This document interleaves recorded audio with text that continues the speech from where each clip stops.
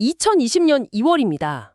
금값이 온스당 5,000달러를 돌파했다 이런 뉴스가 나온 지 진짜 한 달도 안 됐는데 네, 정말 순식간이었죠. 갑자기 4,600달러까지 그러니까 8%나 급락을 한 거예요. 시장 분위기가 완전히 얼어붙었죠? 맞아요.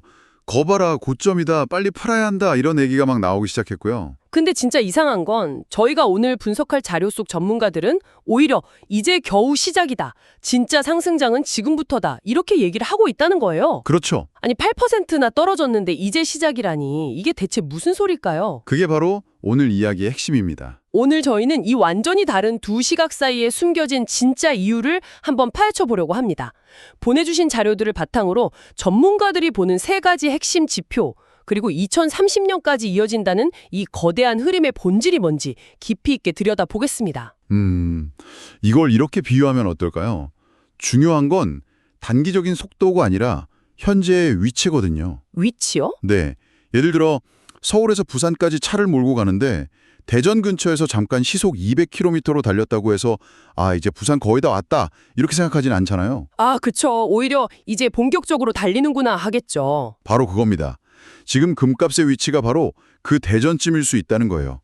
오늘 분석은 바로 이 질문, 우리는 지금 어디쯤 와 있는가에 대한 답을 찾아가는 과정이 될 겁니다. 그렇군요. 금은비, 달러 인덱스, 그리고 실질 금리라는 세 가지 내비게이션으로 현재 위치와 방향을 한번 짚어보시죠. 서울 부산 비유 아주 귀에 속 들어오네요. 그럼 그 첫 번째 내비게이션 금은비부터 한번 살펴볼까요? 사실 금은비 이 말 자체가 좀 생소한 분들도 계실 것 같아요. 네, 금과 은의 가격 비율을 말하는 건데요. 이게 아주 중요해요. 그런가요? 역사적으로 금과 은은 둘 다 화폐였거든요. 그래서 뭐랄까, 한 가족의 형과 동생처럼 늘 어느 정도 일정한 관계를 유지해 왔어요. 과거 금값 상승장의 정점을 보면 아주 흥미로운 공통점이 있는데 바로 이 금은비가 크게 좁혀졌다는 거죠. 좁혀졌다. 네, 상승장 막바지에는 금보다 상대적으로 저렴한 은의 돈이 더 폭발적으로 몰리면서 가격 격차가 확 줄어드는 현상이 나타나요. 알겠습니다. 그러니까 금이 오를 만큼 오르면 사람들이 이제는 은이다 하면서 은을 막 사기 시작하고 그래서 은이 금보다 더 가파르게 오르면서 비율이 좁혀지는 거군요. 정확합니다. 대표적으로 1970년대 폭등장 끝에 1980년 고점을 찍었을 때 금은비가 1대 15까지 떨어졌어요. 1대 15요? 와. 금 1온스로 은 15온스를 살 수 있었다는 뜻이죠. 비교적 상승세가 약했던 2000년대 고점에서도 1대 32까지는 좁혀졌고요. 1대 15, 1대 32. 그럼 지금은 어떤가요? 자료를 보니까 현재 금값 5,000달러, 은값 35달러로 계산을 해보는데 세상에 네, 계산해보면 나오죠. 비율이 거의 143대 1이 나오네요. 143대 1이라니 이건 정말 충격적인데요. 과거 고점이었던 32는커녕 보통 수준이라는 50하고 비교해도 엄청난 차이잖아요. 바로 그 점 때문에 전문가들이 아직 멀었다고 이야기하는 겁니다. 143대 1이라는 비율은 비유하자면 이제 막 서울 톨게이트를 통과한 수준이라는 강력한 신호죠. 그렇군요. 만약 이 금은비가 과거의 약한 상승장 수준이었던 32까지만 간다고 가정해볼까요? 네네. 그러려면 현재 35달러인 은 가격이 무려 156달러가 되어야 합니다. 156달러요? 지금보다 4.5배나 올라야 한다는 거네요. 그렇죠. 만약 1970년대처럼 15까지 가는 강력한 상승장이 온다면 은 가격은 333달러, 거의 10배 가까이 폭등해야 한다는 계산이 나와요. 와. 앞으로의 상승 잠재력만 놓고 보면 주인공은 금이 아니라 은일 수도 있다는 거죠. 금은비를 보니까 오히려 주인공은 은일 수도 있겠다 이런 생각이 드네요. 정말 흥미로운 관점입니다. 하지만 금과 은 모두에게 영향을 미치는 존재가 있잖아요. 바로 영원한 라이벌, 달러. 그렇죠. 달러의 가치를 보여주는 두 번째 내비게이션, 달러 인덱스는 지금 어떤 신호를 보내고 있나요? 금은비만큼이나 명확한 신호를 보내고 있어요.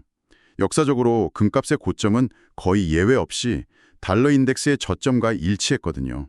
반대로 움직이는군요. 네, 1980년대에는 달러 인덱스가 85까지 떨어졌을 때, 그리고 2000년대에는 무려 71까지 하락했을 때 금값이 정점을 찍었습니다. 달러라는 종이화폐 가치가 약해질수록 실물 자산인 금의 매력이 커지기 때문이겠죠? 맞습니다. 현재 달러 인덱스가 95에서 96 사이를 오가고 있잖아요. 만약 2000년대 패턴처럼 71까지 떨어진다고 가정하면 지금보다 26%나 더 하락해야 하는 거네요. 네, 그렇죠. 잠깐만요. 달러 인덱스가 26% 떨어진다는 건 청취자님 지갑에 있는 달러의 실질적인 구매력이 4분의 1 넘게 사라진다는 의미로도 볼 수 있겠네요. 와, 생각만 해도 좀 끔찍한데요. 그렇죠. 달러 가치가 그만큼 떨어진다는 건 반대로 그 가치를 보존하려는 금값은 최소 6,300달러 이상으로 올라야 한다는 계산이 가능해져요. 아, 금은비에 이어서 달러 인덱스도 아직 갈 길이 한참 남았다고 똑같이 말하고 있는 셈입니다. 알겠습니다. 두 개의 내비게이션이 모두 같은 방향을 가리키고 있네요. 그렇다면 마지막으로 가장 큰 그림, 전체적인 사이클 자체는 어떻게 봐야 할까요? 네. 아까 자동차 비유로 돌아가면 전체 여정의 어느 지점에 와 있는지를 봐야 할 텐데요. 네, 세 번째 내비게이션은 바로 상승 주기 자체예요. 금의 상승장이 변덕스러워 보이지만 꽤 뚜렷한 주기를 갖습니다. 주기가 있다고요? 자료에 따르면 보통 9년에서 길게는 13년까지 이어지죠. 2019년에 시작된 이번 상승장은 그 주기에 따라 2030년경까지 이어질 가능성이 높다고 분석하고 있어요. 2019년에 시작해서 2030년까지.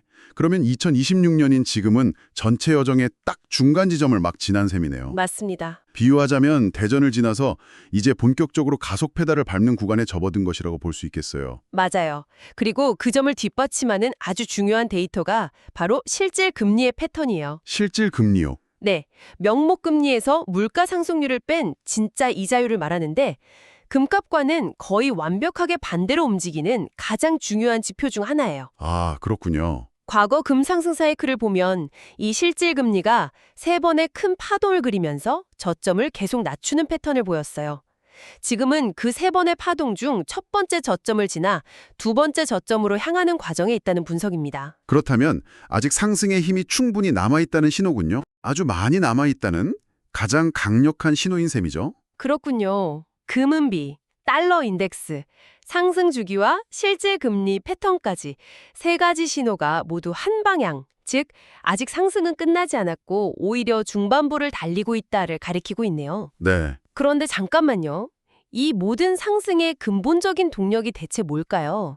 자료에서는 아주 명확하게 돈 풀기를 지목하는데 사실 돈 풀기는 지난 10년간 계속 들어온 이야기 아닌가요? 맞아요. 왜 2026년인 지금 이게 금값 폭등의 새로운 이유가 되는 거죠? 과거와 뭔가 다른 점이 있나요? 아주 좋은 질문입니다. 맞아요. 돈 풀기는 새로운 이야기가 아니죠. 하지만 지금의 돈 풀기는 과거와는 질적으로 그리고 규모 면에서 완전히 달라요. 규모 면에서요? 전 세계 명목 GDP가 약 130조 달러인데 자료에 따르면 미국, 일본, 유럽 등 주요 4개국 중앙은행이 푼 돈이 곧 100조 달러에 육박할 전망이에요. 100조 달러요? 와, 정말 상상도 안 되는 규모네요. 인류 역사상 유례를 찾기 힘든 엄청난 유동성이죠. 하지만 이 막대한 돈이 우리 모두에게 값싸게 흘러가는 건 아니라고요. 여기서 K자 성장이라는 개념이 등장하더라고요. 바로 그게 과거와의 결정적인 차이점입니다. 예전에는 중앙은행이 돈을 풀면 그게 곧 저금리로 이어져서 누구나 쉽게 돈을 빌릴 수 있었죠. 네. 하지만 지금은 달라요. 돈을 빌리는 비용, 즉 자금 조달 비용이 비싸요. 그러다 보니 이 막대한 유동성은 아무 곳에나 흘러가지 않고 확실한 고수익이 기대되는 특정 분야로만 미친 듯이 쏠리고 있어요. 아, 그 중심에 AI가 있는 거군요. 맞습니다. 실제로 AI 분야의 설비 투자는 2024년 2,500억 달러에서 2025년에는 3,500억 달러 이상으로 50% 넘게 급증했어요. 돈이 특정 분야로만 쏠리면서 자산시장의 양극화가 극심해지는 것, 이게 바로 K자 성장의 현실이에요. 그렇군요. 결국 이 모든 돈의 흐름 뒤에는 미국의 거대한 전략, 큰 그림이 있다는 거군요. 맞아요. 자료는 흩어져 있는 것처럼 보이는 여러 정책들을 하나의 그림으로 연결하고 있어요. 어떤 것들이죠? 고소득자 감세, 반도체 산업 육성을 위한 칩스법, 은행의 국채 투자를 유도하는 규제 완화, 심지어 스테이블 코인 정책까지. 아, 그 SLR 완화라는 거요? 네, 이 모든 정책들의 최종 목표는 하나로 귀결돼요. 바로 정부가 원하는 곳, 즉 중국과의 패권 경쟁에서 이기기 위한 AI, 반도체 같은 핵심 산업에 돈을 마음껏 쓰기 위함이죠. 그 SLR 완화라는 말이 나왔는데 이게 정확히 어떤 건가요? 좀 더 쉽게 설명해 주실 수 있을까요? 그럼요. 쉽게 말해서 은행이 정부가 발행한 채권, 즉 국채를 더 쉽게, 더 많이 사도록 문턱을 낮춰주는 조치라고 보시면 돼요. 아, 정부 입장에서는 자기들이 발행한 빚을 사줄 큰손, 즉 은행을 확보하는 거니까 돈을 쓰기가 훨씬 편해지는 거죠. 결국 정부 지출을 위한 길을 터주는 정책이군요. 그렇죠. 이렇게 풀린 막대한 돈이 결국 명목화폐의 가치를 떨어뜨리고 그 반대편에 있는 금값을 밀어올리는 진짜 엔진인 거예요. 그리고 이 돈 풀기는 미국이 패권 경쟁에서 압도적 우위에 섰다고 판단할 때까지 멈추지 않을 가능성이 높습니다. 미국이 달러 패권을 지키기 위해 달러를 이렇게 풀어댄다면 경쟁국인 중국은 가만히 보고만 있지는 않을 텐데요. 중국은 어떻게 대응하고 있나요? 중국은 아주 영리하게 움직이고 있어요. 과거처럼 미국의 국채를 사주면서 달러 체제에 협조하는 대신 그 비중을 계속해서 줄여나가고 있죠. 그럼 그 돈으로 뭘 하죠? 달러 시스템 밖의 근본 자산, 바로 금과 은을 조용히 사들이고 있습니다. 아, 특히 주목할 점은 자료에서 언급된 것처럼 중국이 은 수출을 허가제로 바꿨다는 거예요. 이건 정말 중요한 전략적 행보거든요. 허가제라면 마음대로 수출을 통제할 수 있다는 뜻이잖아요. 근데 중국이 은 수출을 통제하면 오히려 산업용 수요가 줄어서 가격에 안 좋은 영향을 줄 수도 있지 않을까요? 충분히 가능한 시나리오입니다. 하지만 중국은 그 단기적인 리스크보다 더 큰 그림을 보고 있는 거죠. 더 큰 그림이라면요? 전 세계 은 공급망에서 자신들의 영향력을 극대화하겠다는 거예요. 자국에 유리한 국가에만 은을 공급하고 공급 자체를 무기화해서 가격에 직접적인 영향을 미치겠다는 의도죠. 와, 이건 은 가격 상승에 아주 강력한 요인이 될 수 있겠네요. 네, 맞습니다. 듣고 보니 모든 조각들이 하나의 거대한 그림으로 맞춰지는 느낌입니다. 미중 패권 경쟁이라는 거대한 흐름 속에서 돈이 풀리고 그 과정에서 금과 은의 가치가 재평가받고 있다는 거군요. 네, 그렇다면 우리 같은 투자자들은 이렇게 커지는 변동성 속에서 어떻게 대응해야 할까요? 자료에서는 두 가지를 강조하고 있어요. 첫째, 한 번에 모든 자금을 투입하기보다 시간을 두고 나누어 투자하는 분할 매수. 분할 면수. 변동성이 클수록 심리적 안정을 지켜주는 가장 효과적인 장치죠. 둘째, 단기적인 가격 등락이나 뉴스에 흔들리지 말고 탈세계화와 부채 문제라는 이 상승장의 근본적인 배경에 집중하는 겁니다. 그렇죠. 상승장 후반으로 갈수록 변동성은 지금보다 훨씬 상상 이상으로 커질 테니까요. 국내 투자자라면 김치 프리미엄도 아주 유용한 참고 자료가 될 수 있겠네요. 자료를 보니 현재 금의 김치 프리미엄이 5.4% 수준이라고 하는데 평소 정상 범위인 1, 2%보다 꽤 높은 편이잖아요. 맞아요. 이건 단기적으로 시장이 과열되었다는 분명한 신호로 해석할 수 있겠어요. 맞습니다. 실제로 2021년 비트코인 광풍 때 김치 프리미엄이 20%까지 치솟았던 걸 기억하실 거예요. 네, 기억하죠. 그때 고점에서 매수했던 분들은 국제 시세가 올라도 한참을 손해봤죠. 이런 과거의 교훈을 잊으면 안 됩니다. 그렇군요. 지금처럼 프리미엄이 높을 때는 5% 이상 비싸게 실물을 사는 것보다 프리미엄이 없는 ETF 같은 상품으로 투자하다가 나중에 프리미엄이 1, 2% 수준으로 안정될 때 실물 자산으로 전환하는 것도 매우 효율적인 전략이 될 수 있습니다. 아, 그것도 좋은 방법이겠네요. 네, 지금이 유리한 시점인지 불리한 시점인지를 판단하는 좋은 기준이 되죠.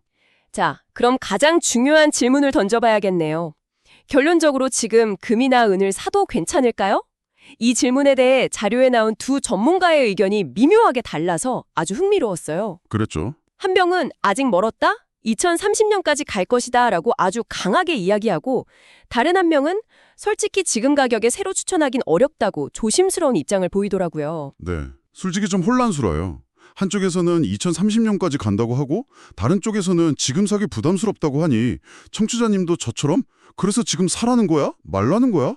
하는 생각이 드실 것 같아요. 두 의견 모두 맞는 말입니다. 네, 둘 다 맞다고요? 네, 모순처럼 들리지만 사실은 관점의 차이일 뿐이죠.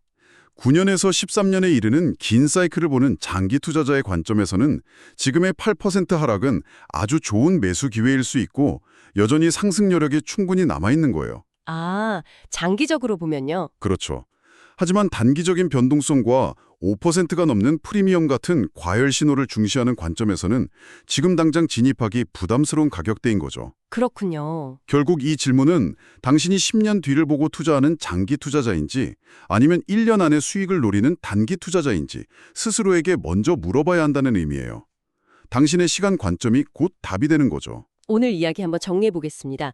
최근 금값의 8% 하락은 상승장의 끝을 알리는 위험 신호가 아니라 오히려 더 큰 상승을 위한 건강한 조정일 가능성이 높다는 것이었죠. 네.